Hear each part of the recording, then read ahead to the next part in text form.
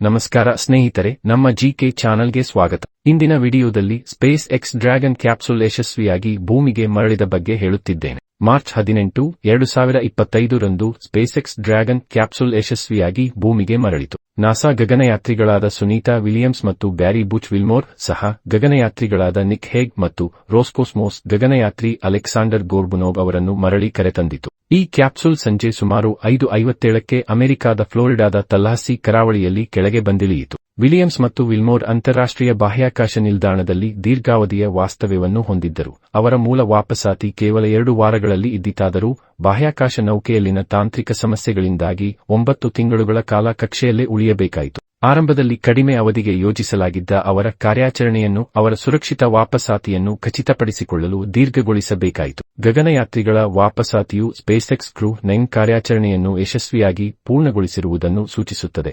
ಇದು ISS ಅನ್ನು ನಿರ್ವಹಿಸುವಲ್ಲಿ ಮತ್ತು ನಾಸಾ, ಸ್ಪೇಸ್ಎಕ್ಸ್ ಹಾಗೂ ಅಂತಾರಾಷ್ಟ್ರೀಯ ಬಾಹ್ಯಾಕಾಶ ಸಂಸ್ಥೆಗಳ ನಡುವಿನ ಇರುವ ಸಹಯೋಗವನ್ನು ಎತ್ತಿ ತೋರಿಸುತ್ತದೆ. ಧನ್ಯವಾದಗಳು ಸ್ನೇಹಿತರೆ. ಹೊಸ ವಿಷಯಗಳಿಗಾಗಿ ನಮ್ಮ ಚಾನಲ್ ಅನ್ನು ಸಬ್ಸ್ಕ್ರೈಬ್ ಮಾಡಿ ಮತ್ತು ಸಪೋರ್ಟ್ ಮಾಡಿ. ಸೂಚನೆ: ಈ ವಿಡಿಯೋಕ್ಕೆ ಬೇಕಾದ ಮಾಹಿತಿಯನ್ನು ನಾಸಾದ ವಿಡಿಯೋ ಕ್ಲಿಪ್ಪಿಂಗ್ಸ್ ಮತ್ತು ಫೋಟೋಗಳಿಂದ ಪಡೆಯಲಾಗಿದೆ. ಅವರಿಗೂ ಧನ್ಯವಾದಗಳು.